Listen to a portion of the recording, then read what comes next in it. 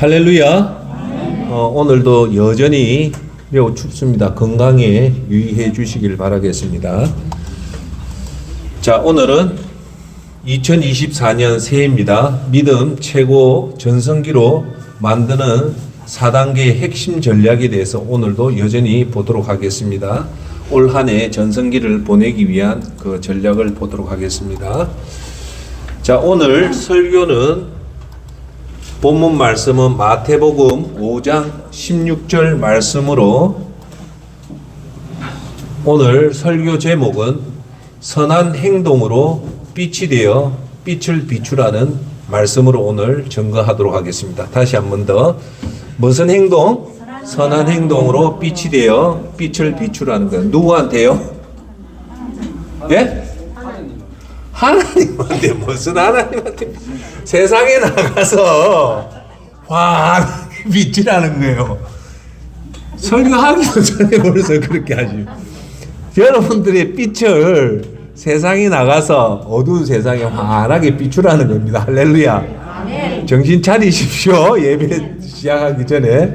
자, 오늘 재밌다. 자, 2024년 믿음 최고 전성기 만드는 4단계 핵심 전략에서 오늘 또 한 번 더 점검해 봅시다. 1단계, 1계단이 뭐냐? 따라 한번 합시다. 성령 충만 집중하기. 성령 충만이 가장 핵심입니다. 2단계는 성령 충만 받는 세 가지 방법을 얘기했습니다. 첫째가 따라합시다. 예배, 말씀, 기도. 이 2단계고, 이제 본격적으로 이렇게 성령 충만함을 받으면 열매를 맺어라. 따라합시다. 열매를 맺자. 예, 오늘 열매 맺는 부분입니다. 마지막으로 4단계 믿음 구현, 하나님 영광으로 우리가 믿음을 완성을 시킨다. 그래서 오늘은 성령 충만함으로 열매를 맺자, 그 부분에 대해서 지난 월요일 한 걸 계속적으로 하도록 하겠습니다. 자, 이제 몇 가지 열매를 맺자? 네 가지 열매를 맺자. 그 얘기했습니다. 첫 번째 열매가 지난주에 했던 전도 열매. 예, 그 지옥 영상 봤죠? 예, 절대 농담으로 여기지 마시고 그거 해야 된다. 전도는 복된 소식을 전하는 거다. 진리를 가리켜 주는 거다. 얘기했고. 자, 두 번째가 무슨 열매요? 선교의 열매. 예. 전도는 우리 가족들, 우리 대한민국 사람을 전도하는 거고, 이방 민족을 전도하는 것을 뭐라고 얘기합니까? 선교. 예. 자, 세 번째가 뭐냐면 넘어가고, 네 번째는 섬김의 열매. 섬김이 뭡니까? 내가 그 사람 위에 군림하는 게 섬김입니까? 아니면 제가 그 사람을 모시는 게 섬김입니까? 할렐루야. 우리는 꼭 어떤 경우든 나이가 많든 직위가 높든, 감독님, 그 높든 항상 우리는 사람을 섬겨야 됩니다. 자, 존경하는 여러분, 질문할게요. 여러분 연세가 지금 80이다. 그러면 20대 청년을 섬겨야 됩니까? 군림해야 됩니까? 할렐루야. 좋습니다. 예. 40대 그 중년을 섬겨야 됩니까? 군림해야 됩니까? 할렐루야. 그게 진짜 그리스도인 모습이다. 자, 오늘은 결국은 믿음의 성패는 이것으로 결정되는데, 오늘의 핵심은 뭐냐? 빨간 거 줄이 치어지죠? 뭐냐? 뭐요? 선한 행동의 열매다. 예. 선한 행동이 뭐냐? 그 속에 구제가 들어갑니다. 자, 거기에 제한 볼까요? 우리는 정말 핵심은 결국은 선한 행동을 해야 돼요. 할렐루야. 그 선한 행동을 반드시 해야 된다. 그래, 선한 행동이 뭔가에 대해서 오늘 보도록 할게요. 자, 오늘 본문 말씀 보도록 할게요. 마태복음 5장 16절 말씀을 보도록 하겠습니다. 감독님, 이거 비춰주세요. 예. 자, 마태복음 5장 16절. 너희 빛을 사람들에게 비춰라. 그래서 사람들이 너희의 선한 행동을 보고 하늘에 계신 너희 아버지께 영광을 돌리게 해라. 여기서 핵심이 뭡니까? 핵심은 선한 행동이에요. 선한 행동을 비춰라는 거예요. 할렐루야. 네. 우리가 이 선한 행동을 비추어야 되는 건데, 자, 그대로 봅시다. 지금 화면에 뜨는 이게 뭡니까? 빛이죠. 예, 빛이란 말입니다. 오늘 본문 말씀 무슨 뜻이냐? 그 다음에 놓는 그림이 뭡니까? 어떤 젊은 사람이 나이 드신 분을 부축해주고 간호해주고 선한 행동을 돕고 있죠. 예. 그러면 이 빛하고 이 행동하고 무슨 연관이 있습니까? 자, 한번 다 같이 읽어볼까요? 빛은 곧 선한 행동이다. 예. 여러분들이 이렇게 어려운 사람을 도와주는 것이 뭐다? 이걸 선한 행동인데 이게 곧 뭐가 된다? 빛이 돼서 비춰라. 제가 오늘도 여러분한테 이게 여러분들 예쁜 화장된 모습을 비추는 게 빛이 아니에요. 여러분이 돈 많은 거 자랑하는 게 빛이 아니에요. 내가 운동을 잘해서 스타가 반짝반짝 내가 연기를 잘해서 사람들한테 그걸 비추는 게 빛이 아니고 빛은 딱 하나다. 그게 뭡니까? 그렇죠. 그걸 얘기해야 돼요. 우리가 어려운 사람을 도와주고 어려운 사람을 하는 것이 곧 그게 빛이라는 겁니다. 오늘 꼭 명심하시기 바랍니다. 자, 오늘 주제는 크게 6가지를 하는데 오늘 첫 번째 성경에서 언급하는 가장 놀라운 사실을 오늘 말씀드릴게요. 성경에서 정말 이 말이 있는 줄 잘 몰라요. 근데 너무너무 놀라운 사실을 얘기한 오늘 설교가 이겁니다. 두 번째는 여러분들이 선한 행동을 하면 어떤 결과가 있는가에 대해서 우리가 봅시다. 여러분 선한 행동을 하면 복을 받을까요? 저주를 받을까요? 아무 소식이 없을까요? 예, 그거에 대해서 얘기를 할 겁니다. 자, 세 번째는 성경에서 말하는 선한 행동에 대한 명령입니다. 선한 행동은 성경에서 어떻게 명령을 하고 있는가? 성경이 우리의 기준이잖아요. 성경에서는 선한 행동을 해라 할까요? 하지 마라 할까요? 하라입니다. 대답은 너무 잘하십니다. 예. 이래 잘하시는데 왜 선한 행동을 안 하실까? 하면 되죠, 그죠? 예, 하면 됩니다. 예. 자, 오늘 그 다음 주에 하는 말은 뭐냐면 주제는 뭐냐? 오늘 마태복음 25장에 보면 예수님이 세상을 심판을 하러 오십니다. 천사들하고. 그때 예수님이 모든 백성을 예수님 보좌 앞에 모아서 심판하는 그 기준이 뭔가가 오늘 봐야 돼요. 예수님이 어떤 기준을 가지고 너 교회에서 11조 많이 한 걸 가지고 심판을 삼는지 그 기준이 오늘 마태복음 25장에 보면 정확하게 나와요. 오늘 메모 좀 하세요. 중요한 거니까. 자, 그리고 하나님이 심판의 기준으로 제시하는 6가지 선행이 있습니다. 6가지 선행이 뭔가를 오늘 여러분들 꼭 아셔야 됩니다. 이것이 하나님 선행이다. 자, 그 다음 주에 그래서 성경에서 제시하는 여러분들이 선한 행동을 하면 성경에서는 상을 준다고 분명히 나와 있어요. 그 상이 성경의 어느 부분에 나와 있는가에 대해서 오늘 구체적으로 알려드리겠습니다. 자, 그러니까 오늘은 총 이 6가지 주제로 오늘 얘기를 하니까 여러분 정신 똑바로 차리고 설교 한 편이 내 운명을 바꿀 수도 있으니까 저도 준비를 잘해왔으니까 여러분도 기대감을 가지고 봐주시길 바랍니다. 자, 먼저 성경에서 언급하는 가장 놀라운 사실을 오늘 좀 여러분한테 말씀드리겠습니다. 그게 어디에 나오냐면 잠언서 19장 17절에 이 말씀이 나옵니다. 놀라운 사실이 나와요. 자, 첫째, 다 같이 한번 읽어볼까요? 시작. 가난한 자에게 베푸는 일은, 가난한 사람한테 음식을 준다, 옷을 준다, 도와주는 그 베푸는 일은 즉 뭐라고 얘기하냐면 따라합시다. 여호와께 빌려 드리는 것이니 그분이 후하게 보상하신다. 여기서 제가 왜 성경을 보고 놀랐냐 그 이유를 말씀할게요. 성경 어디를 찾아봐도 제가 여러분한테 돈을 빌려줄 수 있을까요? 없을까요? 있죠. 돈을 뭐 빌려줄 수 있잖아요. 차도 빌려줄 수도 있고 뭐 음식도 빌려줄 수도 있는데 그죠? 여기는 놀라운 말이 뭐냐? 사람이 하나님한테 빌려준다는 거예요. 여러분 성경 창세기부터 요한계시록에 인간이 하나님한테 은혜를 받는 거는 있지만 인간이 하나님한테 빌려준다는 말씀이 단 한 군데도 없는데 잠언서 19장 17절에 우리가 하나님한테 빌려준다는 거예요. 안 놀랍습니까? 이래 놀라운 사실을 얘기했는데도 전혀 반응이 없는 여러분들은 일명 강심장. 네, 놀라운 사실. 그래서 그럴 때 그분이 후하게 보상해 준다는 겁니다. 즉, 첫 번째 여기 보시면 가난한 자를 베풀면 이 파란 글로 뭐랍니까? 따라합시다. 여호와께 빌려드리는 것이니 그분이 후하게 보상하신다. 이걸 꼭 믿으십시오. 이거는 여러분들이 가난한 자를 돕는 것은 그 개똥이 엄마한테 도와주는 것은 그것이 하나님한테 빌려주는 거예요. 우리가 어떻게 피조물이 우리가 하나님한테 빌려줄 수 있을까요?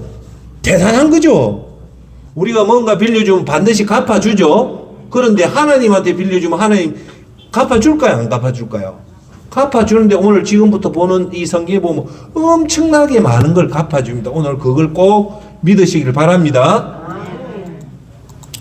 자, 그러면 우리가 이 땅을 살아가면서 왜 선한 행동을 해야 할 이유가 두 가지 큰 이유가 있어요. 우리가 반드시 선행을 해야 될 그 큰 두 가지가, 첫째, 성경에서는 적극적으로 사회적 약자를 도와라고 합니다.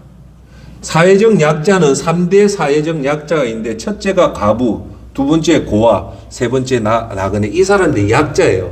성경에서는 적극적으로 이 약자를 도와라는 거예요. 두 번째는 뭐냐면 하나님 은혜로 구원받은 자는 선행으로 그 은혜를 갚아야 된다. 할렐루야. 아멘. 자, 우리가 하나님한테 구원받아서 지옥 안 가고 천국 가는 건 은혜죠. 그걸 돈으로 가치를 하면 최소 얼마 됐습니까? 7천조 원이랬어요. 7천조 원은 어린아이가 딱 태어났을 때 태어나자마자 그 애한테 통장에 1,800억을 줘서 매일 줘서 100세 되는 날까지 매일 그 애 통장에, 그 사람 통장에 얼마? 1,800억을 줘야만이 그 돈이 된다는 거야. 어마어마한 우리가 그 구원을 은혜로 받았으니까 호랑이도 은혜를 받으면 갚는 데 있죠. 그러면 우리가 그 은혜를 받은 저와 여러분들은 반드시 그 은혜를 갚아야 되는데 그 은혜 갚는 모습이 어떤 모습으로 나와야 된다? 첫째, 전도. 두 번째, 선교. 세 번째, 오늘 말하는 선한 행동으로 하나님 은혜를 갚아야 되기 때문에 그런 거예요. 할렐루야. 자, 선한 행동은 구원받은 자 반드시 해야 될 선택이 아니라 의무다. 자, 선택은 뭐냐?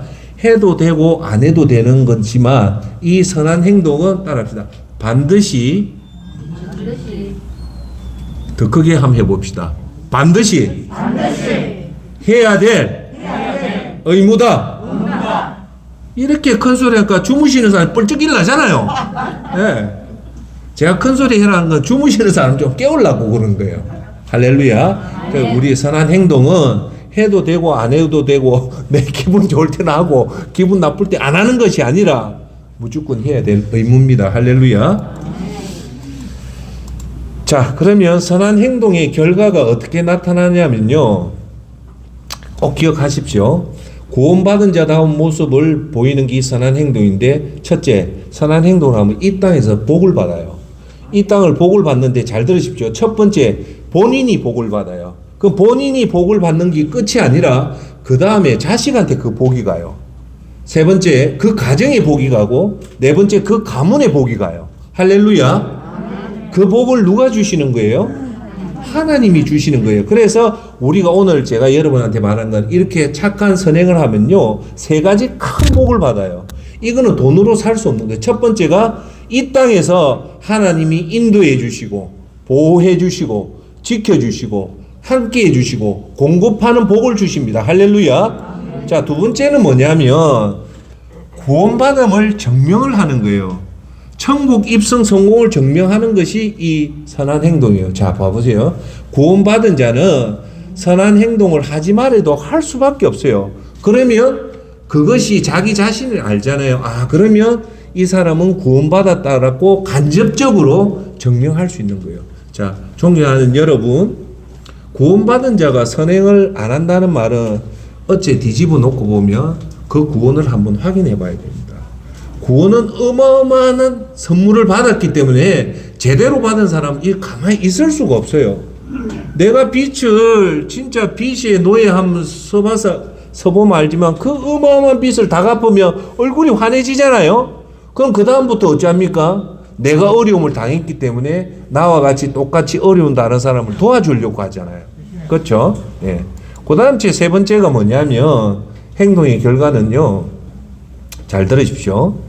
천국의 상급으로 반드시 사입니다. 오늘 그 말씀을 드리겠습니다. 오늘 여러분이 어려운 사람을 도와줬다면 일단 여러분이 복을 받고 자녀가 복을 받고 가정이 복을 받고 가문을 복을 받는 것으로 끝이 아니라 그것이 고스란히 어디로 간다? 천국으로 가서 여러분 천국 상급으로 그대로 사인다는 겁니다. 할렐루야. 그러면 크게 우리가 오늘 가난한 자를 도와주며 이 땅에서도 복을 받고 천국에 가서도 여러분 상급이 보장이 된다는 겁니다. 할렐루야. 그걸 꼭 기억하여 주시길 바랍니다. 자, 그러면 성경에서 말하는 선한 행동에 대한 명령을 합니다. 성경은 적극적으로 가난한 자를 도와라 할까요? 아니면 돕지 마라 할까요? 그게 어디에 놓습니까? 도와라는 말이 어디에 놓아요? 예? 예? 아, 역시 총무님 똑똑하다. 제가 질문 던지 성경 어디에 창세기에 놓으냐? 아니면 요한계시록에 놓으냐? 마태복음 놓으냐? 이걸 물어봤는데 우리 총무님은 아주 멋지게 당당하게 그래 하시네. 성경에 놓습니다 하니까 제가 할 말이 없네. 예. 성경에 놓습니다. 지금부터 어떤 부분에서 성경에서 말하는 선한 행동의 명령에 대해서 봅시다. 첫 번째, 신명기 15장 17절에 가난한 자에 대한 명령이 나옵니다. 이 땅 위에 가난한 사람은 언제나 있을 것이요. 그러므로 내가 여러분에게 명령하오. 여러분이 사는 땅에 가난한 사람과 어렵게 사는 사람에게 나같이 아낌없이 베풀어 주시오라고 분명히 얘기합니다. 할렐루야. 신명기에서는 이 계명이 가장 유명한 이 신명기에서는 모세를 통해서 이렇게 권고하는 거하고 명령하는 거하고 그 차원이 틀려요. 여기서는 권고하는 것이 아니라 따라합시다. 명령한다. 어떻게 명령합니까? 따라합시다. 가난한 사람과 어렵게 사는 사람에게 조금만 베풀어 주십시오. 어디 조금만 놓아 있습니까? 정신 좀 차리소. 아낌없이 베풀어라는 것은 가진 것을 그냥 다 주라는 거예요. 할렐루야. 그게 성경의 명령입니다. 자, 두 번째는 신명기 15장 4절에 놓습니다. 여러분 가운데 가난한 사람이 없어야 할 것이요. 여러분 주위에 가난한 사람 없애라는 거예요. 그 도와주라는 거예요. 여러분의 하나님 여호와께서 여러분이 차지할 땅에 큰 복을 주신다는 거예요. 여러분 주위에 가난한 자를 없애라는 것은 그 사람을 가난해서 해방을 시켜주면 하나님이 어떤 복을 준다? 큰 복을 준다는 겁니다. 할렐루야. 자, 다음은 시편 82장 3절에 놓습니다. 약한 자와 고아를 보살펴주고 가난한 자와 고통받는 자의 권리를 찾아주어라고 명령을 해요. 두 가지죠. 어떤 자? 약한 자와 고아를 어떻게 돌봐주라는 거예요. 이 사람한테는 가족이 있을 없어요? 없잖아요. 그래서 내 몰라 하라 하지 말고 그 사람을 적극적으로 도와주고 또 어떤 사람요? 가난한 자와 고통받는 자의 뭐를 찾아주라? 권리를 찾아주라는 거예요. 할렐루야. 자, 다음은 신명기 26장 12절 13절 말씀입니다. 셋째 해 곧 11조리를 드리는 해에 내 모든 소산의 11조를 내기를 마친 후에 11조를 다 내고 나서 그것을 레위인과 객과 나그네와 고아와 가부에게 주어 내 성읍 안에서 먹고 배부르게 하라라는 거예요. 이 뭐냐? 이거예요. 자, 보세요. 여러분들이 11조를 냈다면 거기 어떻게 했냐면 레위인한테만 주지 말고 따라합시다. 나그네, 고아, 가부 그 11조 낸 것을 나그네 고와 과부에게 주어서 그 사람들이 먹고 배부르게 해라는 겁니다. 할렐루야. 자, 그러면 성경에서는 이렇게 가난한 자, 약자 이런 사람을 적극적으로 지금 도와라고 얘기하잖아요. 할렐루야. 그래서 오늘 제가 여러분 성경에 말씀한 거는 뭐냐? 우리는 아까도 얘기했다시피 가난한 약자를 돕는 것은 선택이 아니고 의무다라고 하면서 이제 예수님의 심판의 기준은 무엇일까라고 하면서 오늘 다음 말씀은 마태복음 25장에 이제 예수님이 심판이 나옵니다. 마태복음 25장 31절로 46절에 두 마리 짐승이 나와요. 하나가 양이고 하나는 염소인데 이걸 심판을 한다는 거예요. 즉 사람들을 양인 사람과 염소의 사람을 구분해서 이제 심판을 한다는 거예요. 여기 보시면 예수님이 이제 재림해서 여러분 보시는 우측에 있는 사람은 양이라서 하나님이 구원을 시키고 좌측에 있는 사람은 염소라서 이제 지옥에 던져지는 아주 무서운 말씀을 합니다. 그래서 예수님이 너는 양이다, 너는 지옥 가는 염소라는 그 기준이 있어야 될 거잖아요. 그 기준이 뭐냐? 오늘 이 마태복음 25장에 나와요. 자, 질문할게요. 1번, 그 기준은 11조를 많이 낸 기준이다. 2번, 교회에서 직분을 받는 기준이다. 3번, 내가 성경을 많이 외웠던 그 기준이다. 4번, 선행하는 기준이다. 몇 번일까요?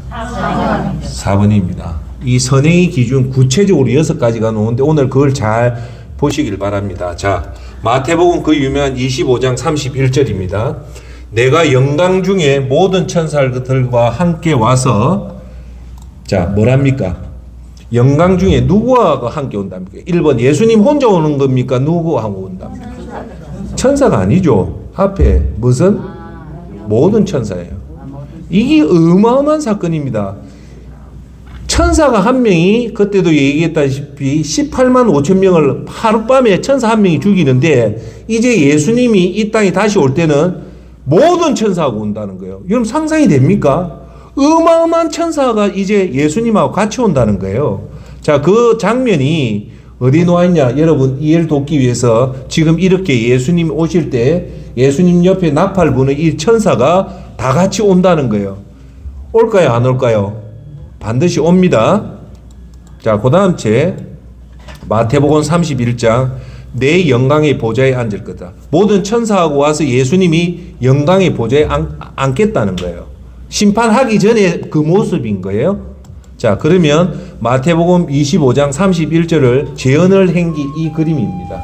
예수님이 보시니까 요 위에 그 보좌 위에 있죠. 어떤 사람이 이제 심판을 받기 위해서 있고 옆에 천사들과 위에 천사들이 다 지켜보고 있는 거예요. 예. 이게 상징적인 거예요. 이렇게 이제 심판을 하겠다는 거예요. 그럼 이제부터 어떤 걸 가지고 심판을 하는가 한번 보도록 할게요. 자, 마태복음 25장 32절, 33절. 자, 그리고 모든 민족을 내 앞에 모으고 목자가 양과 염소를 갈라놓듯 사람들을 어떻게 가르겠다는 거예요. 양은 오른편에 염소는 왼편에 세우겠다는 거예요. 무슨 뜻인가 하면 요 그림이에요. 양과 염소에 예수님이 지금 보좌에 앉아 계시죠? 한쪽은 사람을 지금 구분을 시켜놨잖아요. 그렇죠? 그래서 한쪽은 양인 사람은 양으로 구분하고 염소는 염소같이 이렇게 일단 구분을 시킨다는 거예요. 그러면 제가 오늘 말씀 예수님이 이렇게 양과 염소를 구분하는 기준이 이제 나옵니다. 자, 그 기준을 봅시다. 자, 25장 34절 36절. 자, 그때 왕이 오른편에 있는 사람들에게 내 아버지의 복을 받을 사람들아 와서 세상이 창조된 때부터 너희를 위해 준비된 나라를 물려받아라. 축복을 주는 거예요. 어느 사람한테? 오른편에 있는 사람들한테 이 말을 하는 거예요. 자, 그러면서 이제 35절. 너희는 내가 굶주릴 때 먹을 것을 주었고 목마를 때 마실 것을 주었으며 나그네 되었을 때 너희 집으로 맞아들였고 벗었을 때 입었을 것을 주었고 병들었을 때 간호해 주었고 갇혔을 때 찾아주었다고 말할 것이다 하면서 이제 이 6가지가 나온 거예요. 이 6가지를 한 사람은 오른쪽 양으로 세우고 그 기준이 이제 이 6가지예요. 자, 그 다음 그러면서 의로운 사람들이 양으로 들어간 사람이 예수님한테 이제 보좌 앞에 그런 말이에요. 주님, 언제 우리가 주님이 굶주린 것을 보고 음식을 대접하였으며 목마르신 것을 보고 마실 것을 드렸습니까? 언제 우리가 주님이 나그네 되신 것을 보고 우리 집으로 맞아 드렸으며 벗으신 것을 보고 입을 것을 드렸습니까? 또 언제 우리가 주님이 병드신 것을 보고 간호해 드렸으며 갇혔을 때 찾아갔습니까? 하고 말할 것이다. 그때 왕은 그들에게 내가 분명히 말하지만 너희가 이들 내 형제 중에 아주 보잘것없는 사람 하나에게 한 일이 바로 내게 한 일이다 하고 말할 것이다. 예수님한테 한 사람이 뭐냐? 여기 중요한 것은 따라합시다. 아주 보잘것없는 사람. 이게 뭐냐? 사회적 약자한테 한 것이 곧 예수님한테 한 거라고 얘기를 하는 거예요. 자, 마태복음 41장 44. 그런 다음 그는 왼편에 있는 사람, 이제 오른편이 아니고 왼편에 있는 사람들에게 무슨 말을 해요?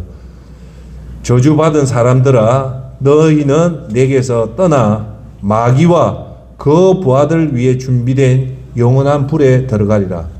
과거로 얼마나 무슨 말, 지옥 간다는 거예요. 너희는 누가 예수님이 굶주렸을 때 먹을 것을 주지 않았고 목마를 때 마실 것을 주지 않았으며 나그네 되었을 때 너희 집으로 맞아 들이지 않았고 벗었을 때 입을 것을 주지 않았으며 병들고 갇혔을 때 보지 않았다고 말할 것이다. 그러면 그들도 주님, 언제 우리가 주님이 굶주린 것이나 목마르신 것이나 나그네 되신 것이나 벗으신 것이나 병드신 것이나 갇힌 것을 보고 돌보지 않았습니까? 하고 말할 것이다. 그때 왕은 그들에게 내가 분명히 말하지만 너희는 이 보잘것없는 사람 하나에게 하지 않은 일이 곧 내게 하지 않은 일이라 하고 말할 것이다. 뭐랍니까? 보잘것없는 사람에게 한 일이 곧 나에게 한 거다. 그러니까 가난하고 약자들한테 한 것이 안 한 것이 곧 예수님한테 하지 않은 거다라고 해요. 46절. 그렇게 해서 이 사람들은 영원한 형벌을 받는 곳에, 의로운 사람들은 영원한 생명에 누리는 곳에 들어간다는 거예요. 한쪽은 영원한 형벌, 한쪽은 영원한 생명. 자, 그러면 저와 여러분들 어디로 가야 됩니까? 영원한 생명 가려면 이 6가지를 해야 된다는 거예요. 할렐루야. 자, 여기에 우리 오늘 예수님이 직접 하신 이 말에 우리가 깊게 조금 봐야 될 것은, 여기 예수님 11조 해란 말이 있습니까? 여기서 장로, 집사 그런 말이 있어요? 교회 출석 잘하는 말이 있습니까? 없잖아요. 왜 그 많은 것 중에 하필 이 6가지를 선택을 했냐면 그만치 중요하다는 거예요. 우리가 생각하는 것보다도 훨씬 더 이 선한 행동, 이 6가지가 별거 아닌 것 같지만 우리 가족이 우리 가문의 생사 여타를 지고 있는 것이 바로 이 6가지다. 이 6가지를 누구한테다? 가난한 자, 아주 우리가 주목하지 않는 사람한테 하는 것을 예수님 그걸 지금 주목하고 있다는 거예요. 할렐루야. 자,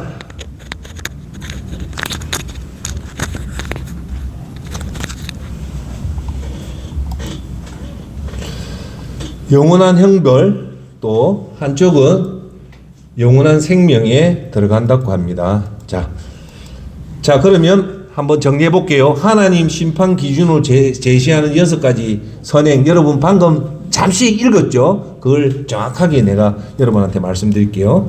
자, 첫째는 뭐냐? 따라합시다. 배고픈 자에게 먹을 것을 준다.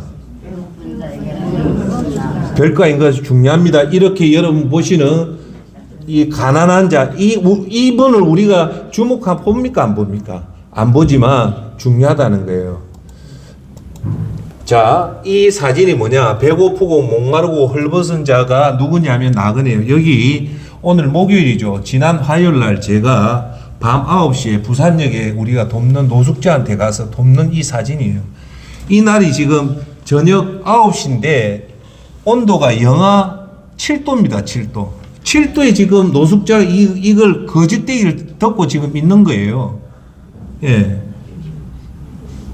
아무도 보고 있지 않는 사람한테 저희들이 늘 사랑해야 하고 후원자의 그 기금을 모아서 이 사람들을 지금 돕고 있거든요.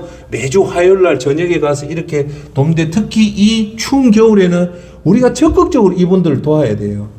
그래서 오늘 그 말씀했다시피 이분들에게 한솥 돈가스 도시락을 매일 그날 저녁에 전달합니다. 따뜻하게 해가지고 찾아와서 그걸 꼭 드려요. 그건 뭡니까? 오늘 예수님 말했죠. 배고픈 자에게 뭘 주나? 그렇죠. 6가지 선행 중에 제일 첫 번째가 뭡니까? 배고픈 자한테 그걸 주라는 거예요. 저도 배고파 봐서 알지만 이 배고픔의 서름이요. 얼마나 큰가 모릅니다. 여러분, 저는 그렇게 얘기를 해요. 인간한테, 사람한테, 감독님, 사람한테 제일 아픈 고통이 뭐냐고 저한테 물어본다면 저는 그렇게 해요. 애가, 자식이, 아버지요, 배가 고픈데 아버지 먹을 것 좀 주이소 하는데 그 자식한테 먹을 걸 못 주는 그 아버지, 엄마가 그 아픔이 나는 이 지구상의 제일 아픔이라 생각해요. 다른 것도 아니에요. 애가 그 쫓겨낸 애가 배가 고파서 아버지 먹을 것 좀 주이소 하니까 먹을 게 없는 이 마음이, 여러분, 예수님이 왜 그 많은 그 어려움 중에 첫 번째 이 배고픔을 했을까요? 그만치 배가 고파 보면 인간이 너무 힘듭니다. 그래서 첫 번째 배고픈 자에게 꼭 먹을 것을 주라는 겁니다. 이렇게 노숙자분들에게 드리는 도시락이에요. 이게 총 매일 저녁에 그날 저녁에 가져가는 게 40개 도시락을, 돈가스 도시락이 제법 좋아요. 한솥 도시락은 우리나라에서 그래도 브랜드 파워가 있는 거예요. 제일 좋은 도시락을 지금 이렇게 드리고 도시락 받는 노숙자분들이 이렇게 기다리고 있습니다. 그래서 이렇게 우리가 도시락하고 요 진기 뭡니까? 이게 화요일이거든요. 그날 영하 7도에서 긴급하게 핫팩을 사가지고 이거 지금 드리는 거예요. 예. 이 사람들한테 핫팩이 엄청 중요하거든요. 자, 두 번째가 뭐냐면 성경에는요, 목마른 자에게 물을 주라는 거예요. 할렐루야. 그래서 이렇게 자식이 지금 이 누구냐면 이스마엘이에요. 물을 달라고 이렇게 찾는 자에게 반드시 우리는 외면하지 말고 물을 주라는 겁니다. 자, 세 번째가 뭡니까? 세 번째, 예수님이 심판할 때 따라합시다. 나그네를 도와준다. 예. 나그네가 뭡니까? 여기 지금 이 사람들이 누구냐면 누굴 것 같아요? 우크라이나 난민들입니다. 예. 난민들도 일단 나그네죠. 나그네는 집과 그것이 없는 너무 힘든 사람이죠. 이분들을 외면하지 말고 적극적으로 도와주라는 거예요. 이게 우리가 말하는 우리 늘 사랑에 매주 금요일마다 도시락만 주는 게 아니라 1인용 텐트를 줍니다. 그래서 바닥에 자지 말고 이 텐트 안에 들어가서 자랐고 우리가 이 텐트를 보급했는데 우리가 2018년부터 했는데 지금까지 2024년까지 총 텐트 보급한 게 대략 몇 개가 보급했는 줄 압니까? 대략 한 400개를 보급했어요. 네. 그 한 이유가 뭡니까? 예수님이, 여러분 오해하지만 이거 자랑하려고 하는 거 절대 아닙니다. 예수님이 하랬기 때문에 2018년부터 뜻이 있는 사람끼리 모여서 매주 화요일마다 이렇게 가서 어려운 사람을 적극적으로 돕는 이유가 뭐냐? 아까 말했다시피 예수님이 그리 명령을 했거든요. 그래서 우리가 따르는 겁니다. 그래서 아까 그 받은 텐트가 이렇게 치면 이 텐트 안에 들어가서 이제 노숙자분들이 주무시는 거예요. 그럼 맨 땅에 자는 거하고 이 텐트 안에 자는 거하고 그거는 하늘과 땅입니다. 그래서 우리가 한파를 막기 위해서 이 핫팩, 이번에 화요일 날 핫팩 정말 힘든 사람은 30개를 줬어요. 그럼 하루 저녁에 몇 개냐면 적어도 한 7개를 가지고 지내라고, 그리고 다음 주 화요일 가면 또 드리고, 그렇게 합니다. 고담치 유니폼 군반 모자 있잖아요. 그게 그래 뜻이 돼서 그렇게 그거 하고 있습니다. 자, 고담치 이 사진이 뭐냐면요. 침낭인데 보시다시피 큰 침낭이 이거는 일반인들이 덮는 침낭이 아니고 이 극동절기용 전용 침낭입니다. 이걸 가격이 되게 비싸요. 이걸 해서 노숙자, 그 진짜 거리에 자는 노숙자한테 이게 지금 침낭을 펼친 거예요. 예. 아주 따십니다. 이 안에 들어가면 웬만한 추위를 다 견디낼 수 있고요. 그 다음 주 이제 우리가 노숙자한테 이게 작년에 했던 온전 상자를 해가지고 이걸 노숙자한테 다 전달했어요. 따뜻한 상자를 해서 나그네를 돕는 데서 가는데 온전 상자 만드는 모습에 보면 하트택, 내복 이렇게 해서 이 상자를 이렇게 다 만듭니다. 여기 보시면 그래서 완성된 온전 상자에 보시니까 도합 물건이 대략 한 30개 정도가 들어가요. 이렇게 해서 완성된 이 온전 상자예요. 그래서 이걸 여기 놓으시는 분이 우리 늘사랑의 임원들입니다. 이분들이 이렇게 해서 그 전달합니다. 그래서 여기 보시면 여기 놓으시면 다 노숙자예요. 이분들한테 40개의 온전 상자를 다 전달했습니다. 박수 한번 치워주실까요? 근데 사실은 제가 하나만 얘기 드릴게요. 감독님. 2018년부터 이 온전 상자를 했는데 이게 생각보다 일이 많아요. 엄청 일이 많습니다. 그러다가 2013년에 너무 힘들어서 관뒀어요. 그만뒀는데 2014년에는 온전 상자를 안 하려고 워낙 일들이 많았는데 여러분 애틀란타에 최우택 장로하고 우리 그 사모님이 이번에 온전 상자만 그 후원 그 겨울나기 후원하는데 무려 큰 돈을 후원을 해줬어요. 그 장로님하고 아틀란타에 있는 그 이름은 까먹었다 갑자기. 그 장로님하고 그 사모님이 돈을 주면서 그 아틀란타에도 그 어려운 노숙자인데 한국의 부산에 있는 노숙자들 온전 상자 만들어 주라고 돈이 들어왔어요. 그래서 거기에 용기를 얻고 다시금 온전 상자를 만들어서 지급을 한 겁니다. 우리 그 장로님 부부한테 박수 한번 칠까요? 예, 하나님한테 영광 돌립시다. 그래, 그렇게 귀하신 분들이 있습니다. 자, 그래서 했고, 이게 여러분 온전 상자고 그 동절기 침낭을 이렇게 진짜 힘들어하는 노숙자들한테 사회적 약자한테 그렇게 줍니다. 요 뒤에 요 꼬마 있죠. 꼬마가 우리 아들입니다. 같이 따라와가지고 딱 뒤에 앉아 있죠. 예. 살아있는 교육입니다. 데리고 다니면서 지도 의미 있게 그렇게 하는 것 같습니다. 자, 네 번째는 옷이 없는 자에게 입을 것을 주는 것이 예수님의 그 심판의 네 번째 기준이죠.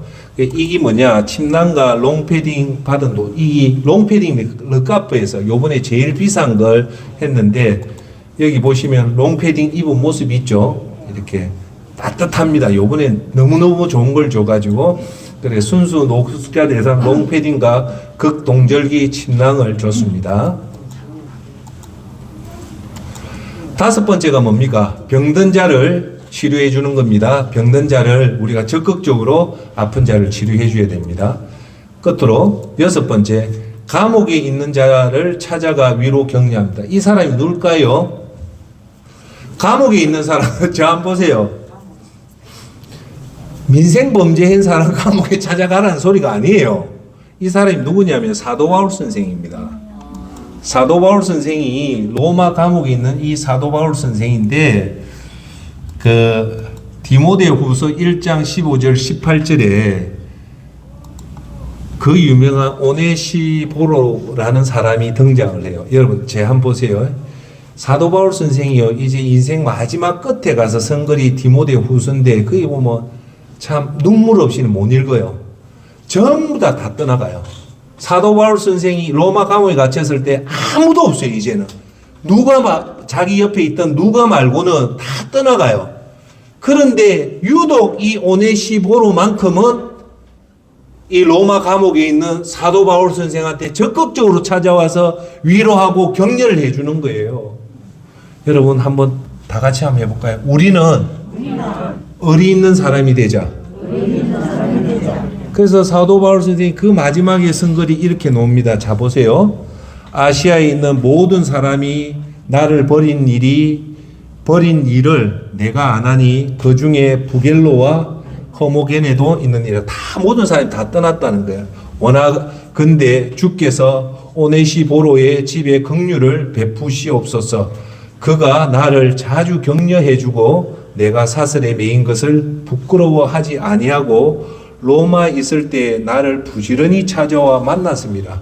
로마의 감옥에 있을 때 오네시보로만큼은 사도 바울 선생한테 찾아와서 이렇게 자주 격려해주고 부지런히 찾아와서 만나게 해줬다는 거예요.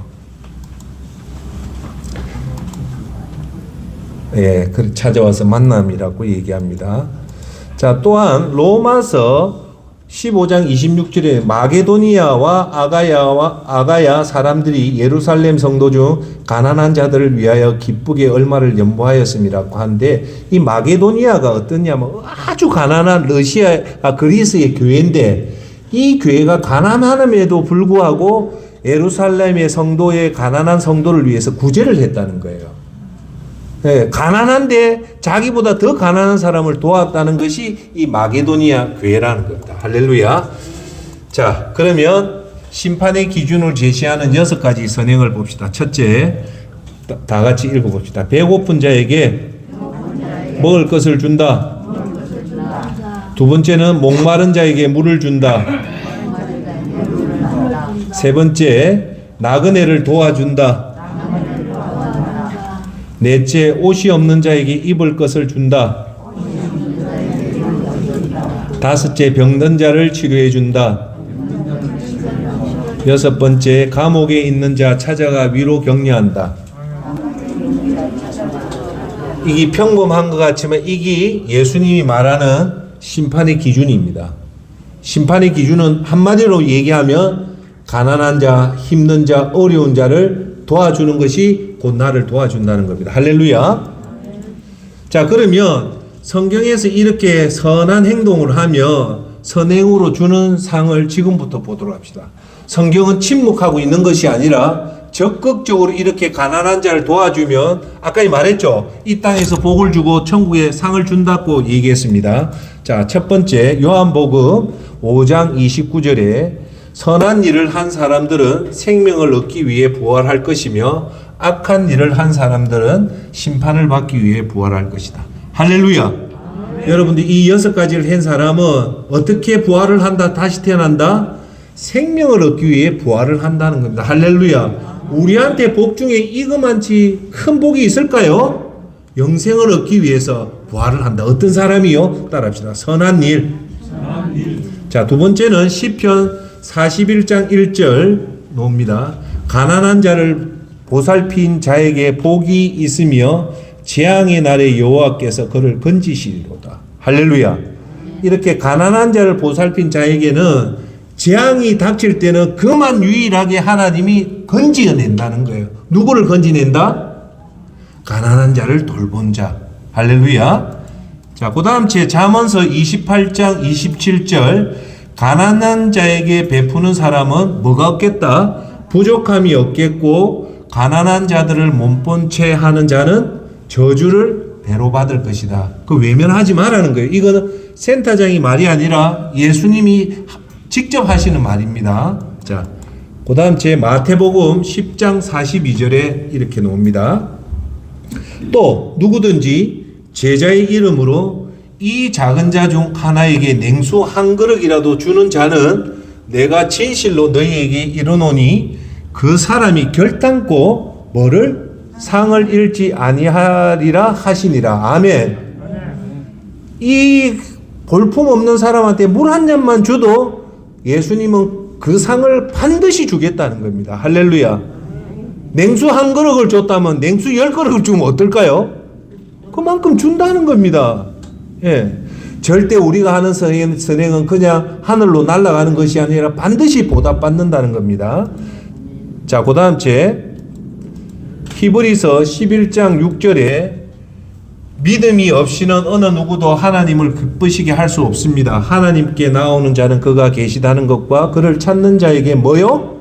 상 주시는 분이라는 것을 진정으로 믿어야 할 겁니다. 여기서 중요한 건 뭐냐면 믿음이란 말과 하나님을 기쁘게 하는 겁니다. 자, 이 말은 쉽게 얘기할게요. 저 보세요. 하나님 앞에 믿음을 보이면 하나님을 상을 준다는 거예요. 자, 가난한 자한테 먹을 것을 줬다. 그건 믿음을 보이는 걸까요? 믿음을 숨기는 걸까요?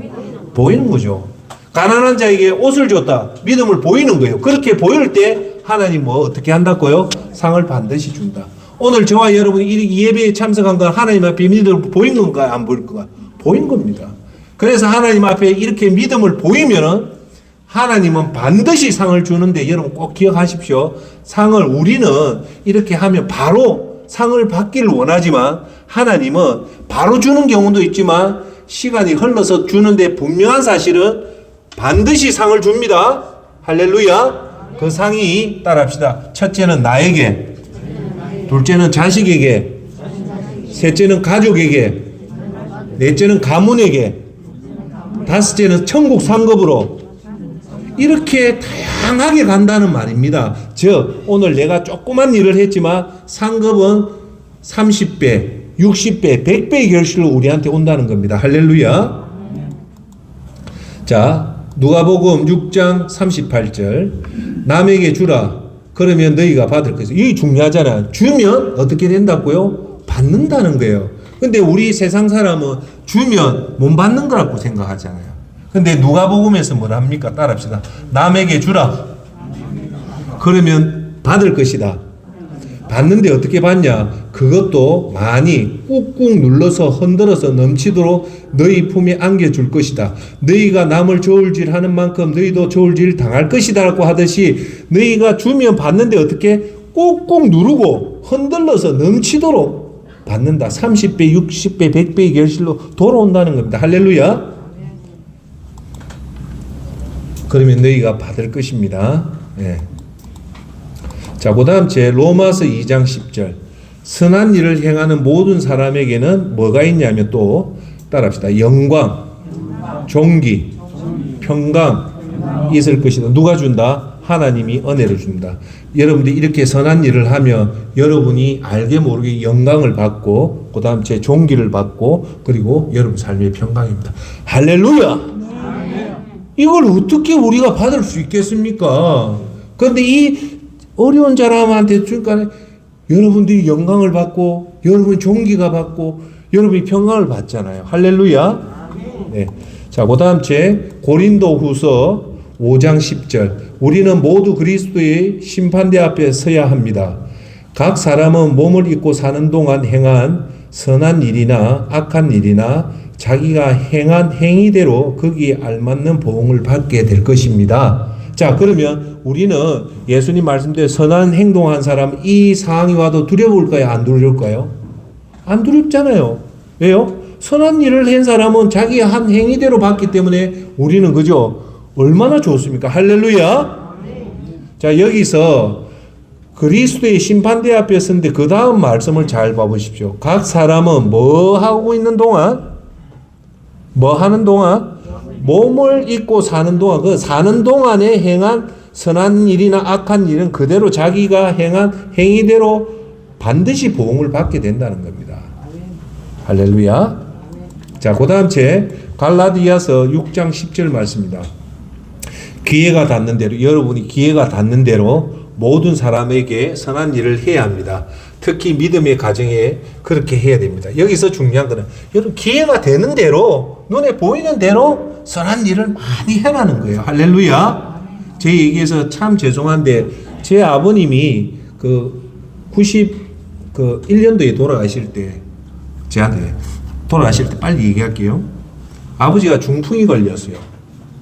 65세에 65세 되는 40세부터 중풍이 걸려서 항상 저는 청소년 때 아버지가 불편한 모습을 봤어요. 그래서 항상 이렇게 불편한 사람들 보면 예사롭게 보이잖아요. 꼭 우리 아버지 같고 해서 꼭 그분들 도와줘요. 어디 올라가면 같이 도와주고 그렇게 선한 일을 뭐라고 그랬냐. 기회 될 때마다 상 받으려고 하는 게 아니고 항상 그렇게 아버지 생각하면 아, 저분을 도와줘야 되겠다. 그게 귀에 닿는다는 거예요. 눈앞에 딱 보면 도와줘야 되겠다. 도와줘야 되겠다. 그러다 보면요. 어떤 때는 지하철 타면요. 뭐 재범이 뭐라니 어떤 사람 목사님 아니십니까? 그래 얘기하는 거예요. 얼굴이 선하게 비치는가 봐요. 그래서 따라합시다. 우리는 기회가 닿는 대로 모든 사람에게 선한 일을 합시다. 할렐루야. 그 다음 제 마지막입니다. 야고보서 4장 17절은 마지막 결론은 이거예요. 사람이 선한 일을 행할 줄 알면서도 행치 않는다면 그것이 바로 뭐라? 죄다. 그러니까 지옥으로 가는 거예요. 우리가 선한 일을 알면서도 행치 않으면 그거는 죄라는 거예요. 오늘 이 시간 이후로부터 우리가 적극적으로 선한 행동을 하는데 제가 여러분한테 팁 줄게요. 우리 마음은 안 돼요. 성령님한테 도움을 구해요. 성령님 이 선한 마음을 주십시오 하면 우리 마음에 긍휼한 마음을 줘요. 그러면 불쌍히 여기며 도와줄 수 있거든요. 할렐루야. 자, 마태복음 6장 19절 20절 너희를 위하여 보물을 땅에 쌓아두지 말라. 거기는 종과 동록이 해하며 도둑이 구멍을 뚫고 도둑질하느니라. 오직 너희를 위하여 보물을 하늘에 쌓아두라. 거기는 좀이나 동록이 해하지 못하며 도둑이 구멍을 뚫지도 못하고 도둑질도 못하느니라. 이렇게 하면 여러분의 선행을 하면 이게 어디 간다? 하늘에 다 올라간다. 할렐루야. 그래서 여러분 천국에 가서 와, 여사님 진짜 어리어리한 여사님도 있고 그 있는데 꼭 여기 계신 여러분들은 천국에 엄청난 상급을 꼭 받기를 바랍니다. 네, 감사합니다. 땅에 쌓아두지 말고 하늘에 쌓아두는 방법이 뭘까요? 대답해 보세요. 신한은행 가서 예금한다. 아니면 저축을 한다. 아니죠. 어려운 사람한테 이 6가지를 하면 그것이 곧 하늘에 쌓아두는 겁니다. 할렐루야. 자, 이제 결론을 맺겠습니다.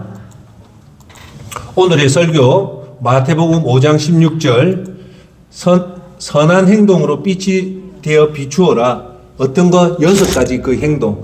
한마디로 하면 어려운 사람들한테 적극적으로 도와주는 것이 스스로 그것이 빛이 된다는 거예요. 즉, 제 한 비춰보세요. 나는 빛이다. 그래가지고 옷도 입고 막 이게 빛이 아니란 말이에요. 노래 잘하고 운동 잘하고 그게 아니에요. 조용하게 은밀한 가운데 선한 행동을 하는 것이 그게 여러분도 모르게 빛이 된다는 거예요. 그래서 그걸 빛을 비추며 야, 저 사람은 진짜 예수 믿구나 하면서 하나님이 영광 돌리라는 겁니다. 할렐루야. 자, 오늘의 주제 정리해 봅시다. 성경에서 언급하는 가장 놀라운 사실이 뭡니까? 하나님한테 부어주는 거다. 기억나죠? 자, 두 번째, 선행의 결과는 어떻게 된다? 우리가 아까 지금 말했듯이 천국 가고 그걸 한다.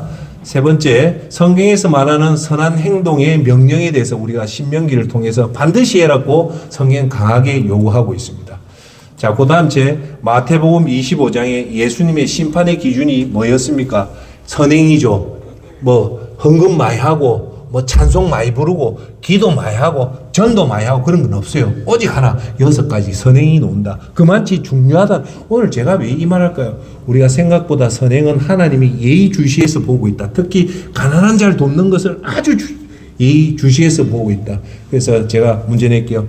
예수 그리스도 믿는 사람은 내가 잘 먹고 잘 사는 것이 그리스도인이다. 내가 교회 잘 나고 11조 많이 하고 기도 많이 해가 내 혼자 우리 아들하고 잘 먹고 잘 사는 것이 그리스도인이다. 맞습니까? 그러면 하늘에서 보물을 얻게 될 것이다. 그런 후에 와서 나를 따라. 이 말이 뭐냐? 부자 청년이 예수님한테 와서 어떻게 하면 내가 천국 갈 수 있습니까? 할 때 예수님이 이 말을 하는 거예요. 여기서 핵심 뭡니까? 내가 가진 것을 어떻게 해라? 다 팔아서 가난한 사람한테 주어라 하니까 이 청년이 주었을까요? 안 주었을까요? 근심하고 돌아갔단 말이에요. 자, 여러분 혹시 여러분 주위에 이렇게 자기 재산을 다 팔아서 가난한 자한테 준 사람을 본 적이 있어요? 예, 없어서 지금부터 제가 이 결론에서 얘기를 할게요. 있습니다. 그게 누냐면 아시시스의 성자 성 프란치스코가 그분입니다. 여기 노는 사진이 바로 아시시스의 성자랍니다. 아시시가 뭐냐? 이태리의 지명이에요.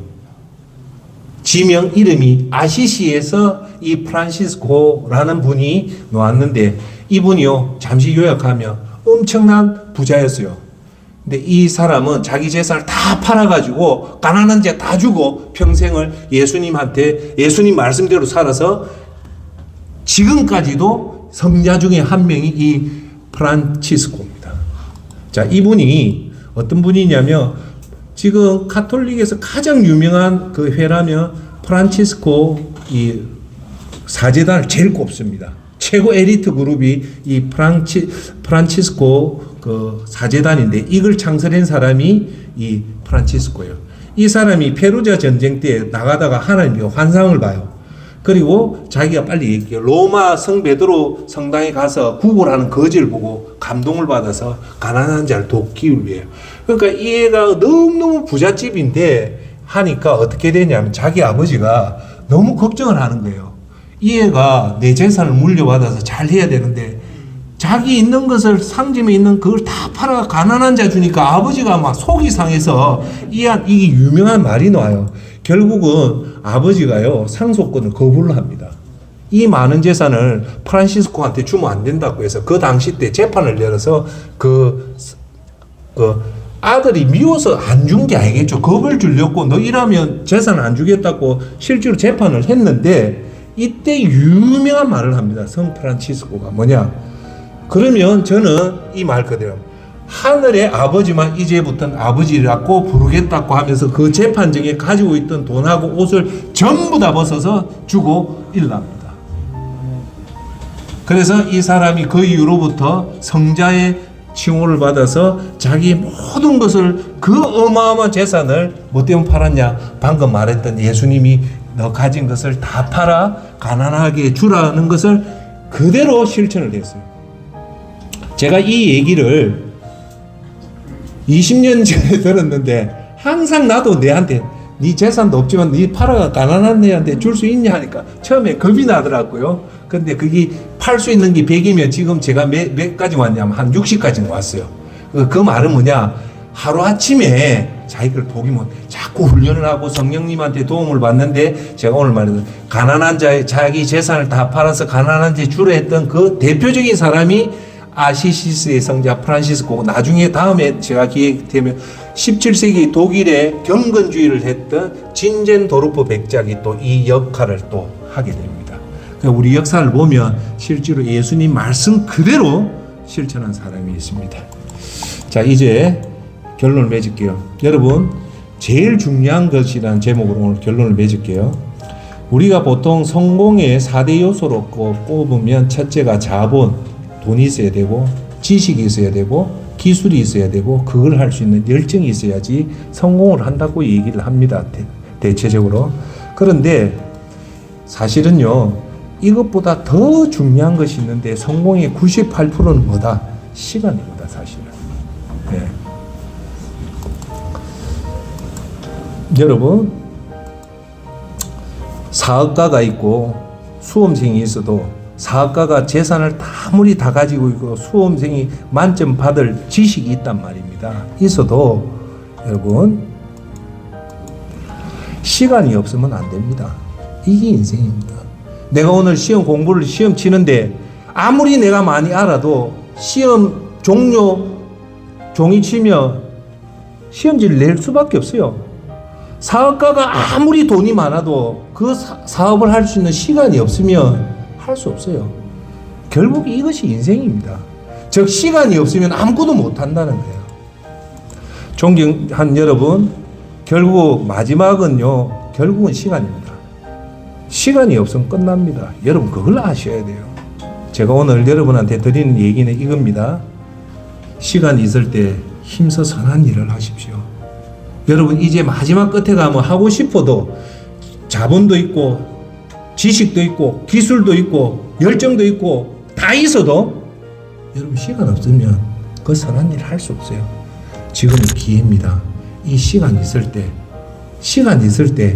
할 때 여러분이 우리가 구원받은 자다운 진짜의 모습으로 살아갈 수 있습니다. 할렐루야. 오늘 저와 여러분은 우리가 올 2024년 믿음의 전성기를 보내기 위해서 믿음의 열매는 선한 행동을 해서 하나님 앞에 영광 돌리는 저와 여러분 되기를 예수 그리스도 이름으로 축원합니다. 자, 다 함께 기도합시다.